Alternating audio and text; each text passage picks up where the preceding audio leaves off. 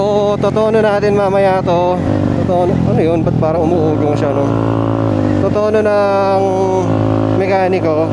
And then possible yung bola din aayusin or mga springs para magamit natin ng maayos bukas. Pero definitely kung may naging problema ito mamaya, based dun sa makikita niya, kailangan siyang ma-rebuild. Well, hindi naman totally papalitan yung peso eh, pero aayusin lang yung mga hindi tamang or yung mga pwede pang ayusin.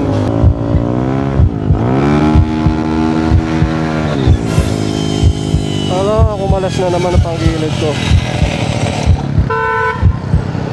Kumalas na naman ang panggilid. Kamanggilid. Buti na lang may dala akong tools. Putik na yan. Kaya ka lang, may dala akong tools eh. Kaya lang guys